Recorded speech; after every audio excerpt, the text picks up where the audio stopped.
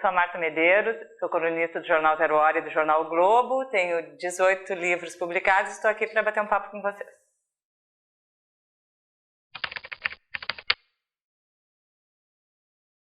Meu sonho é ser secretária. Eu me lembro que quando eu ganhei uma máquina de escrever, olha como eu era humilde.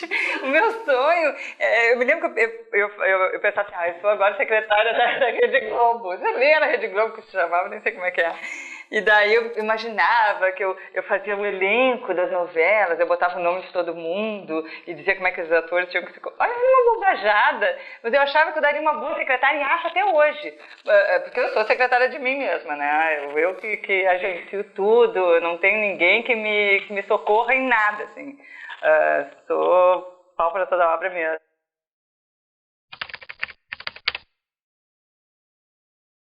Eu nunca fui de grandes conflitos. Poeta que eu comecei a ler mesmo, Mário Quintana. Eu, nessa época, fazia diários, não existia internet, não existia blog, era diário mesmo, cadernos enormes que eu escrevia. Eu tenho 3 cadernos até hoje enormes, com 3 anos da minha vida, que eu tenho que incendiar isso antes de morrer, né? Porque eu morro de medo que alguém caia na mão de alguém um dia. Eu comecei a ter menos tempo para aqueles diários, que antes eu escrevia assim 3, 4 páginas, dizendo tudo que eu estava sentindo, né, num texto, como uma carta para mim mesma.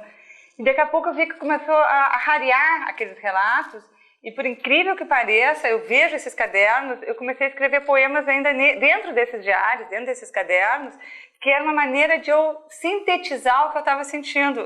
Eu não percebia que eu estava escrevendo poesia. Também nessa mesma época eu comecei a ler aquela coleção Cantadas Literárias, foi toda uma geração ali, né, do início dos anos 80, e eu achava que o que eu escrevia tinha alguma familiaridade com aquilo ali, assim, poesia urbana, né, contemporânea, curta, sintética, com um pouco de humor, eu achava que tinha alguma coisa a ver.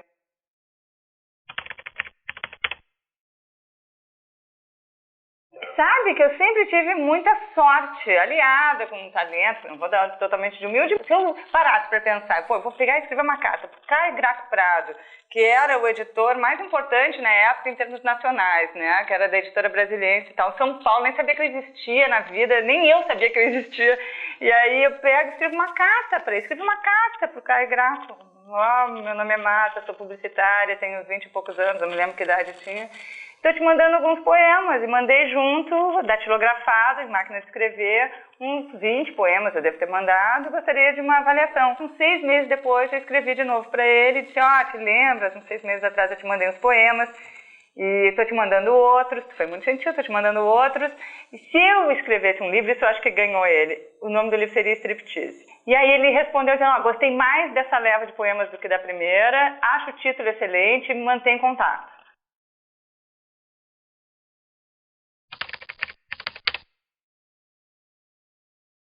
Ele me ligou e disse, Marta, vou publicar o teu livro. Foi assim, eu não conhecia a cara dele, nem ele a minha. E disse, não, vou te publicar no Cantadas Literárias. E eu fui conhecer ele pessoalmente quando o livro já estava pronto, editado, aqui na Feira do Livro de Porto Alegre. O Striptease caiu primeiro nas mãos do Caio Fernando Abreu, em São Paulo.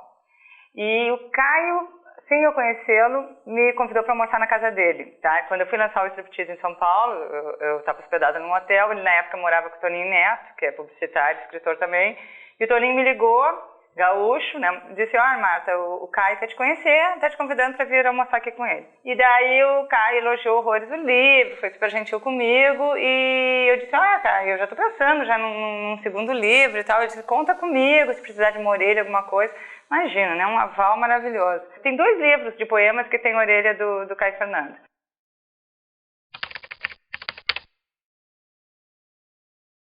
Um dia, no fim do ano, dia 30 de dezembro, 31 de dezembro, eu estou na agência publicitária trabalhando. O Jorge Furtado, cineasta, estava lá na agência, estava realizando trabalho. Disse, Marta, tu leu o Jornal do Brasil hoje? Eu disse, não leio o Jornal do Brasil. Ele disse, então lê a coluna do Milor Fernandes. Ele tinha uma charge e mais alguns comentários e a reprodução de um poema meu. E embaixo ele só botou assim, Marta Medeiros, você é um poetaço. E eu peguei o telefone, liguei, entrou a gravação dele, deixa seu recado, ele disse, Milor, quem está falando é a Marta Medeiros, de Porto Alegre, viu hoje a tua coluna, fiquei honradíssimo e tal. E nisso entra a voz do Milor dizendo, não, Marta, tudo bem, não costumo falar, mas já que é tu, interrompeu a gravação. E eu não sabia nem o que falar, né? Assim, eu digo, não acredito que eu tô falando com o Milor Fernandes, né? E ele disse, não, adorei tua poesia e tal, não sei o quê. Tanto que depois, eu acho que o terceiro livro, a orelha é do Milor. Então, claro, que a gente recebe esses avais, a gente se sente mais fortalecido e as pessoas começam a te olhar com olhos mais generosos também. Começa a se criar uma corrente generosa, antes de mais nada, né? De pessoas querendo ajudar quem está começando, gente que já está estabelecida e que começa a querer abrir as portas para quem está começando. Então, eu sou muito grata a todos eles, porque eu sei que a gente é uma agulhinha no palheiro, né? Diante de tanta gente lançando livros e tanta coisa acontecendo, é muito fácil, mesmo sendo boa, passar batido. A gente sabe que tem muita gente boa por aí que não tem espaço, que não aconteceu, e às vezes é por falta de alguém ter, né, dado um empurrão, assim.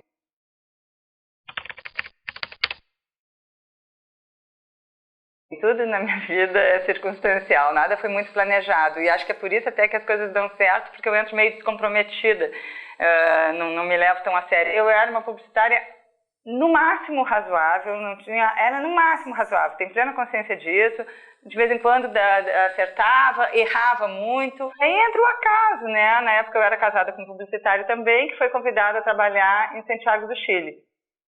A gente tinha uma filha de 2 anos, hoje temos 2, mas na época eu tinha só a Júlia, de 2 anos, quer dizer, facilmente deslocável, né, que não estava em escola nem nada. Eu digo, vamos morar no Chile, um belo país, um país, inclusive, super forte em literatura, né? E eu digo, vamos para lá, eu vou dar uma parada na propaganda e vamos ver o que acontece. Praticamente o De Cara Lavada foi todo escrito lá.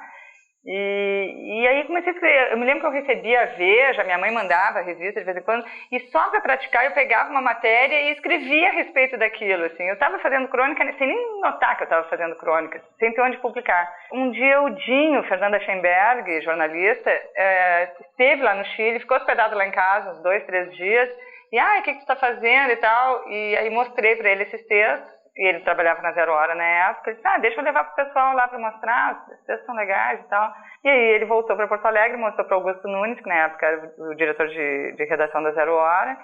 E não deram mais notícia para mim. Uns 2 meses depois eu voltei a morar aqui em Porto Alegre. E daí, assim, olha, eu acho que eu estava 3 dias em Porto Alegre, me ligaram da Zero Hora dizendo, olha, a gente tem uns textos teus aqui, queria saber se a gente pode publicar um deles no próximo jornal de domingo. Já era um texto meio contundente sobre virgindade, e daí eles receberam cartas dos leitores, que gostaram muito. Era um texto pequenininho, assim, era um quadradinho, assim, num canto, um calhau do dono. De vez em quando me ligavam, daí começaram a ligar mais, daqui a pouco era todo domingo, e aí aos pouquinhos, quando eu vi, eu tinha a coluna se chamava Comportamento, não tinha o meu nome, mas já era todo domingo, e depois eles nós vamos botar o teu nome na coluna. Então, assim, foi crescendo aos poucos, quando eu vi isso tudo, 15 anos, não é pouco tempo, está estabelecidíssimo, agora escrevendo para outros jornais e tudo, mas cada texto que eu escrevo é como se fosse o primeiro, assim, sabe? Eu ainda fico insegura com algumas coisas, acho até que... acho isso bom.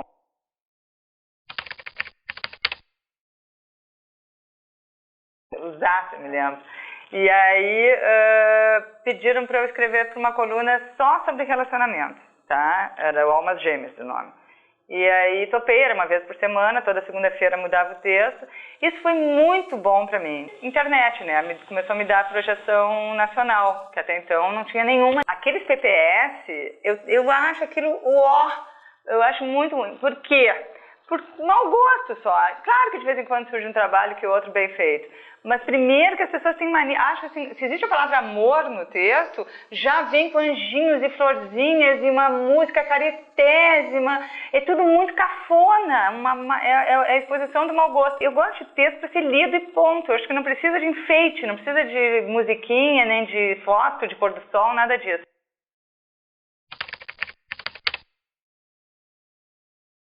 Uma vez pegaram um texto meu, era época de eleição, e tinha ali, no meio do texto, fizeram propaganda política para um candidato, assim, numa linha, não tinha como saber que aquilo ali não era meu, sabe? Porque era tão rápido, e nem era o meu candidato, e eu não faço isso de apoiar candidato em crônica, assim, pelo menos que eu me lembre.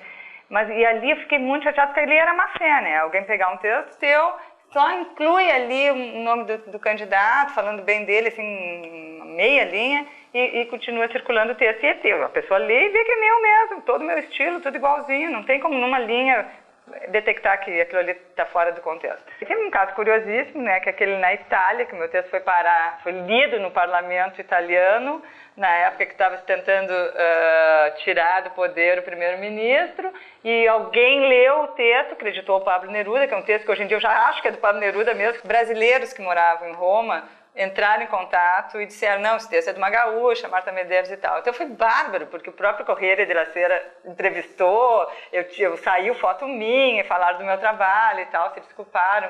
Então eu tive ali meus 15 minutos de fama internacional.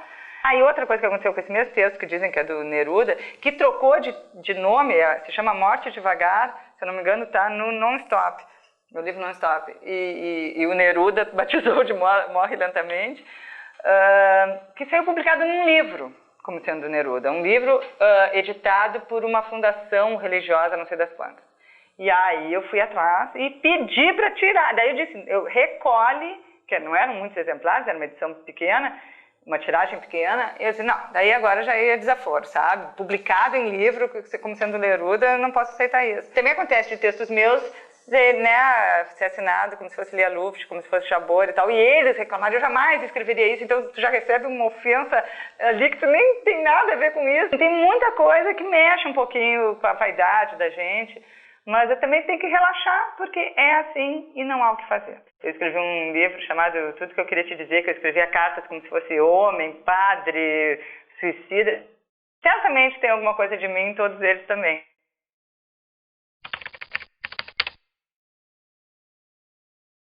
Eu, como leitora, prefiro a ficção. Prefiro romance. Eu trocaria, se eu tivesse, tu vai passar o resto da vida só lendo poesia, ou só lendo crônica, ou só lendo ficção, graças a Deus nunca vou precisar fazer essa escolha, seria romance. Não, eu tenho uma dificuldade enorme de criar personagens, de criar uma história, eu não tenho fôlego, tudo que eu escrevo é muito objetivo, muito sintético, tanto as crônicas quanto os poemas. Mas aí eu fiz aquela tentativa do Divã, né, que era um livro de transição, praticamente da crônica para a ficção, porque ali ainda está tudo meio misturado, eu estou muito dentro daquele livro. Virou livro de moda, uma coisa que eu não tinha vivenciado ainda, sabe? Livro de beira de praia, no Rio de Janeiro, nem foi tanto aqui em Porto Alegre. Ele funcionou no Rio de Janeiro como um livro, assim, eu me lembro que saía notinhas. O must-have da literatura hoje é o Divã, e todo mundo na praia está lendo, e sai uma notinha que o Antônio Fagundes comprou, aquela coisa meio global, embutida que todo mundo gosta, aquela matéria caras. Mas eu tenho plena consciência das limitações desse livro, tenho plena consciência disso, assim, é uma tentativa de ficção. Ficção é uma coisa que eu gostaria de ser boa nisso e vou continuar tentando, mas também não vou mais brigar contra mim, sabe? Eu não vou escrever um romance histórico, nem um romance de 600 páginas, eu não sei fazer isso.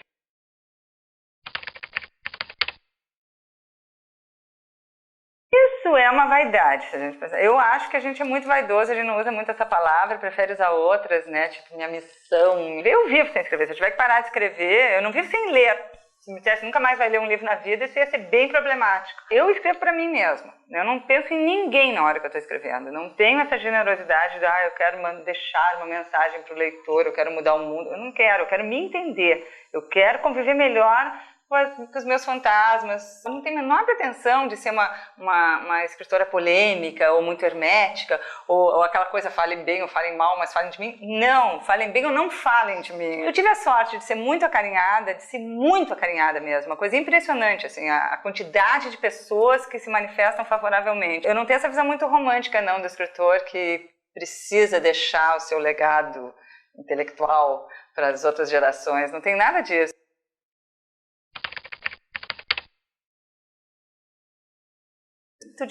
Muito difícil, porque tudo se repete, né? 15 anos escrevendo, tem gente que está há 50 anos escrevendo jornal, são heróis, para mim tinham que ser, sabe, canonizados. Assim, eu me inspiro num filme que eu vi, ou num show, uma coisa que eu senti, uma frase de um livro, às vezes uma pequena frase, eu acho que aquilo pode ser desenvolvido. Nesse aspecto eu estou muito antenada, eu sei que tudo pode me alimentar e vir a ser crônica, mas só vou saber disso na hora que eu sentar na frente do computador. A gente vive uma época em que nada é original. Acho que eu sou bem pretensiosa e faço um pouco isso na coluna às vezes, assim, sabe? De me meter a entendida do assunto, apesar de eu sempre dizer, ó, sou leiga, mas eu dou o meu pitaco. Então eu vou continuar sendo uma psicanalista amadora.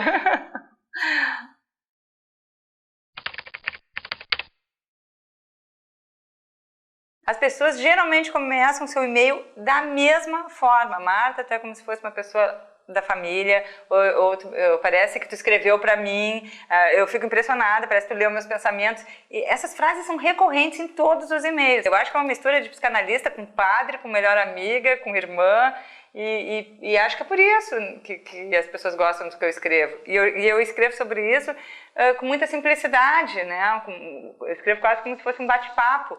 Então tem muita gente que se sente acompanhada mesmo, e tanto que quando eu escrevo sobre alguma coisa que elas não concordam, elas se sentem ofendidas, que é uma loucura, porque tinha que ter esse distanciamento, assim, né? Ela é uma mulher que escreve, eu nem conheço, ela não conhece nada de mim, se ela pensa diferente, o problema é dela. Você cria um vínculo assustador. Às vezes eu fico um pouco assim, que eu vejo que as pessoas tentam adivinhar o que tá acontecendo na minha vida, e é tão engraçado, que às vezes eu tô numa fase tão boa, e alguém diz, tô vendo que tu tá deprimida por causa de um texto, sabe? Então as pessoas também tentam, pelo lado delas, me analisar também. Eu não uso blog para falar de coisas muito íntimas, mas falo, hoje eu adotei um gato.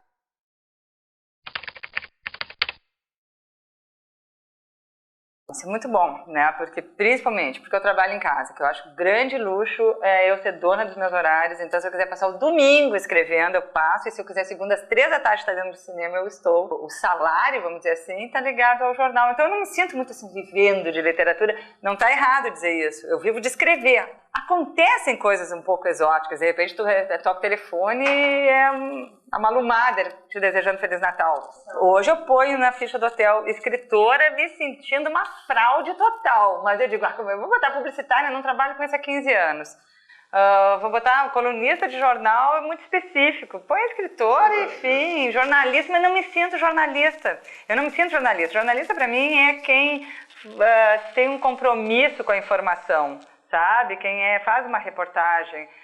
Eu não me considero jornalista, mas eu sou uma mulher que foi criada assim, achando que escritora é Clarice Lispector, entende? É a Adélia Prado, escritora é a Lígia Fagundes Telles. Eu ainda tenho isso. Eu não consigo me sentir uma igual, nem perto disso. Então, eu ainda na minha vida tenho alguns mitos da literatura feminina, principalmente, que eu penso assim, Isabel Allende, a Nélida Pinhon, sei lá.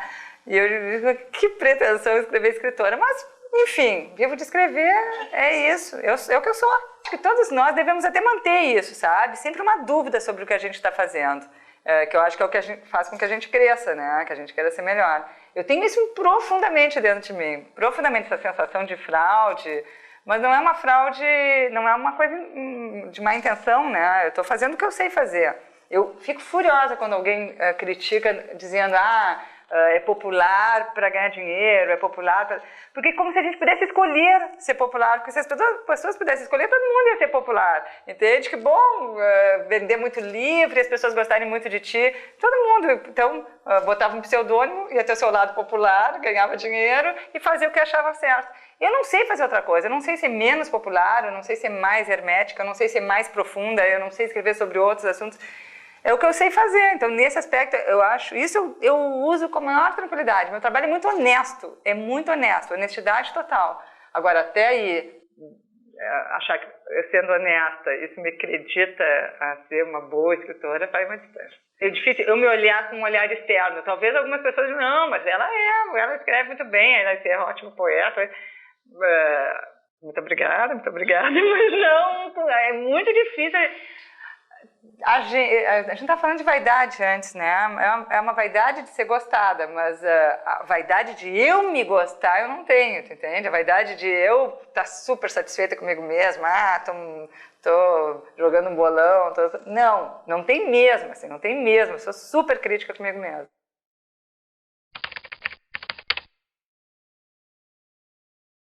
Fã número um, acho os pockets... É a solução para tudo, né? Em termos de preço, de tamanho. Os títulos são excelentes. Eu li Não, ia dizer um título errado, eu ia dizer Madame Bovary, eu reli Madame Bovary nos pockets, mas tem muita coisa de Tolstói que eu li com os pockets agora, não tinha lido antes, para citar um exemplo de grande autor, sabe? Poder ler Dostoiévski em pocket, quer dizer, Shakespeare em pocket, acho super acessíveis, eu não tenho essa tendência a sacralizar o livro, sabe? Eu quero que eles continuem impressos, né? Nós estamos aí agora passando por uma migração, né? Por uma transição aí para o Kindle e tal, mas eu ainda sou nostálgica nesse aspecto. Agora, também achar que eles têm que continuar num formato convencional e que qualquer outra facilidade mercadológica vá deteriorar o livro enquanto objeto sagrado, estou fora, acho que não. Eu acho que ele tem que ser popular, ele tem que ser que nem um CD. As pessoas têm que... CD também já era, mas enfim, estou dando um mau exemplo aqui. Mas é isso, eu acho que o livro tem que ser tão acessível quanto é para as pessoas ouvirem música, ou ir ao cinema, ou ver um DVD. Eu não sei por que o livro ainda tem essa sacralização.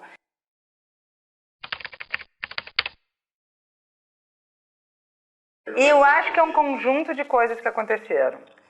Acho o nome muito feliz, tá? E houve uma coisa que até então eu resistia e que eu vou aprender agora com essa lição. Eu resistia a dar uma cara feminina aos livros, porque eu sei a quantidade de leitores masculinos que eu tenho. É imensa. Ele está quase superando as leitoras femininas. É uma coisa inacreditável. Eu vejo isso pelos e-mails, tá? É impressionante, assim, de cada 5 homens que escrevem, não tem nada de cantada, não é nada disso. Gente falando da crônica, né, argumentando sobre o que leu. 5 homens e uma mulher, 5 homens e uma mulher. No Rio de Janeiro, então, nem se fala. É uma coisa impressionante. Então, eu sempre me preocupei em tirar um pouquinho essa etiqueta de escritora para mulherzinha, que eu nunca gostei disso. Nunca quis levar isso adiante, apesar de eu sei que eu chego, as pessoas... porta-voz das mulheres, e ninguém entende que aquilo ali já não é mais assunto de mulher, há horas que não é mais assunto de mulher, é assunto unissex.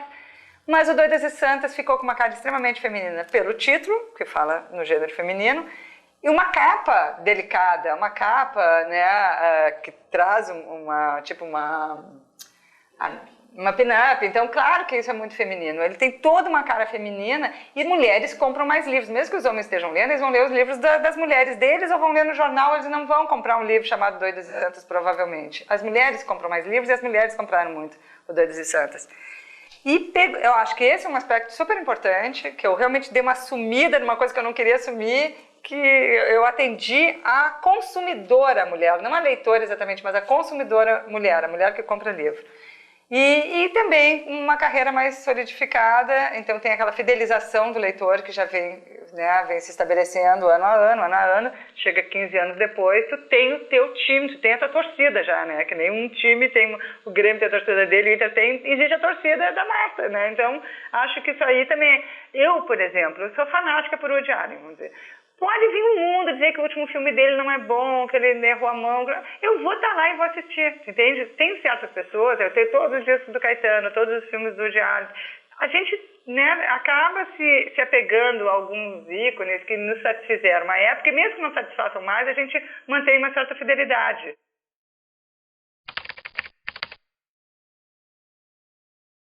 Eu tô com um pouquinho de dificuldade com a poesia. Eu tô tentando, eu tenho já um material... Alguma coisa ali é boa, outra nem tanto. Vou ter que mostrar, uma hora eu vou ter que mostrar para o Ivan, para alguém. Ninguém nunca leu os poemas inéditos que eu tenho, para saber se estão no mesmo nível do que eu já fiz um dia, porque a impressão que eu tenho é que eu perdi um pouco a mão.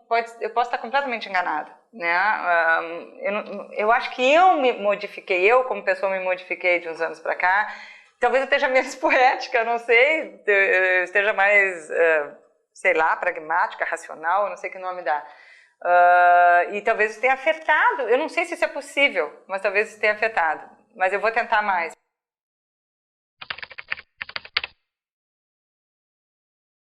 Primeiro que eu acho que a gente tem que ter livro em casa, primeira questão, né? Vai ler sim, mas e o que é um livro? A pessoa nunca viu um livro, nunca viu a mãe segurando um livro, nunca viu o pai segurando um livro.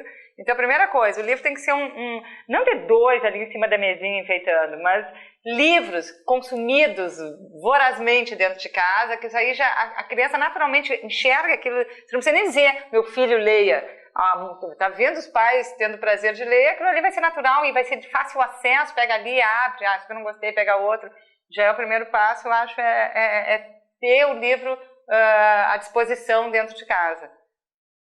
E acho que ele não vai sair de dentro da frente do computador, tu entende? Porque isso é uma realidade, não tem como. O computador compete mesmo. Mas eu acho que não existe esse todo o tempo. Ele vai ficar bastante tempo no computador, mas a gente sempre reserva um momento para ler. Eu acho que tem que deixar a coisa rolar naturalmente. Tem muita imposição, porque tudo que é imposição é muito chato, mas mostrando para ele que aquilo é um prazer. Olha que eu tô tendo, assim como tu tem prazer de ouvir Linkin Park, tu vai ter prazer em ler Marcelo Rubens Paiva, sei lá, não importa, alguma coisa que tenha a ver com a realidade dele. Também não adianta querer botar assim, fazer uma lista dos escritores mais reconhecidos do mundo, porque daqui a pouco essa criatura não quer nem saber de Guimarães Rosa. Não importa a importância do Guimarães Rosa. Então, assim, eu acho incentivar uma literatura que tenha a ver com o momento, se ele tem 16 anos, se ele tem 20, enfim, com o momento que ele vive, alguma coisa, se ele realmente nunca leu, que seja acessível, que ele passe a ter prazer. Primeira coisa, a palavra prazer com a leitura. Porque depois que ele tem, e à medida que ele vai se informando e vai amadurecendo, daí ele vai procurar títulos melhores. Ai, gente, o Duca diz coisas muito mais inteligentes. Ai, não. Agora é competitivo. Ai, não, a única diferença é que ele tomou. Eu posso fazer striptease. Você não fez. A única diferença é que ele tocou. A única coisa que... Mas eu posso dançar aqui pra você. Striptease.